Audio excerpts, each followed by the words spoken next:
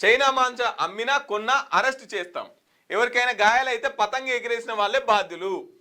నెలలోనే 103 కేసులు నమోదు, 143 మంది అరెస్ట్.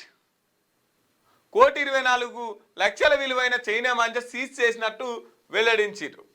చైనా మాంజాతో పతంగులు ఎగిరివేస్తే చర్యలు తప్పవని Hyderabad police commissioner VC Satyanarayana హెచ్చరించారు.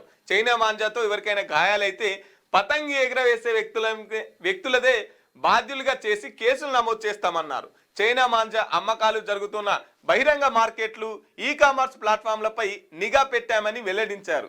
సిటీ పోలీస్ కమిషనరేట్ పరిధిలో స్వాధీనం చేసుకున్న చైనా మాంజా వివరాలను సిపి సత్యనారాయణ గురువారం మీడియాకు వివరించారు.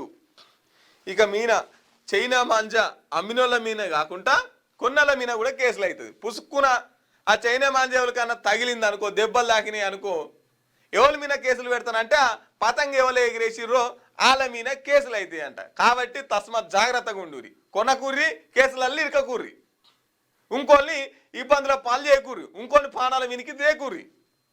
ఆ చైనా మాంజాతో ఒరిగింది లేదు.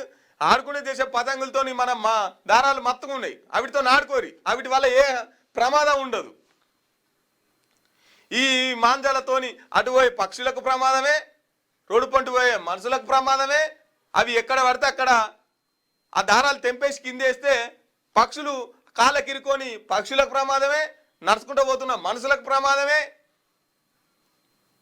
ఇగో ఇన్ని ప్రమాదాలు ఉన్నాయి ఈ మాంజాల ద్వారా.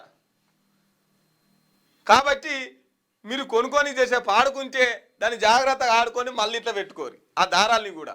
ఇక చైనా మాంజా జోలికైతే అసలుకే ఓకూరి. ఏదైనా కనబడ్డా కూడా పోలీసు వాళ్ళకు కంప్లైంట్ చేయరు, చైనా మాంజా గిడ అమ్ముతుర్రు అని చెప్పేసి.